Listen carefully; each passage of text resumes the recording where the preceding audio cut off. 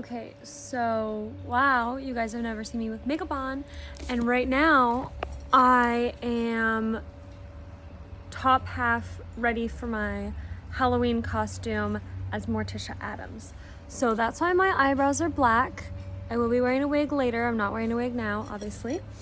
Um, but that's why my eyebrows are black, and I have fake eyelashes on, which I only ever wear at Halloween. Anyways, I'm glad my mom died. Not me personally, that is the title of the book. My mother is alive, and if she did die, I would be devastated.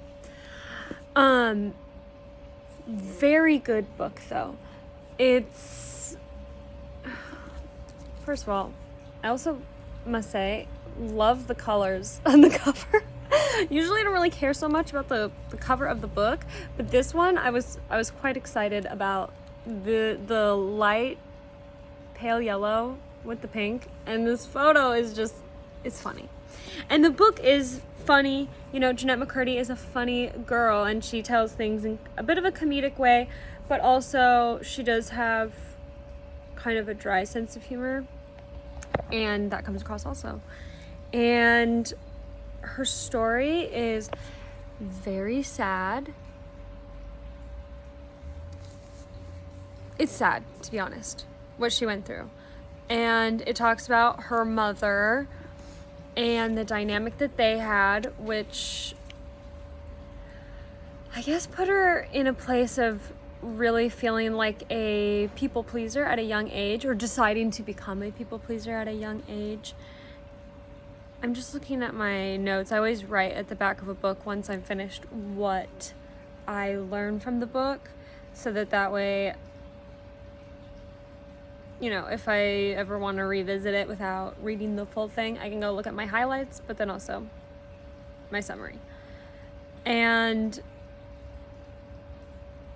yeah, if anybody's had a codependent parent, you probably will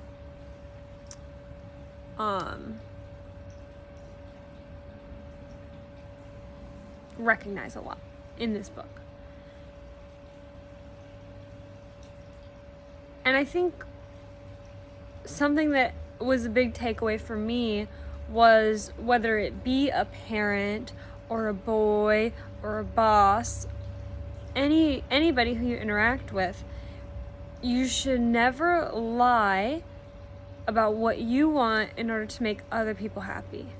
She tells a story about a shirt that she didn't like, that her mom wanted her to wear, and she pretended to her mom that she liked the shirt even though she hated it. And it made me think that if you are willing to be a pushover, people are going to end up pushing you over. So that was one of my takeaways from the book. And also, her dynamic with her mom, it seems that at a certain point, she felt like her mom was relying on her for her health, and you don't really feel like you have a choice anymore of whether or not you allow this person to rely on you, because you feel like if you fail them, then they're gonna fall, and it's gonna be your fault because you weren't there propping them up.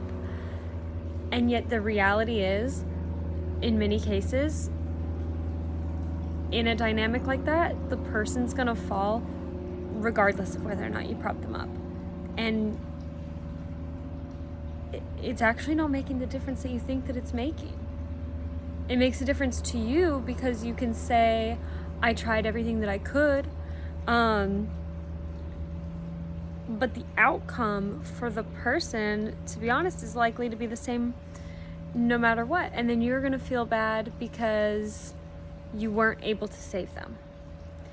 You can't save people as much as you would like to.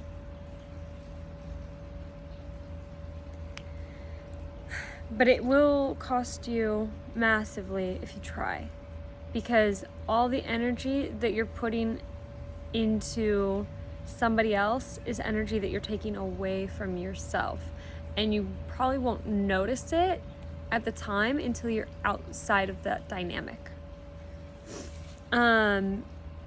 So yeah, Don't allow yourself to have a savior complex.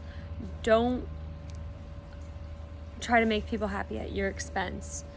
Those were the biggest takeaways, but the book is really good. This is a book also that I read the full thing in one evening. Couldn't put it down. Loved it.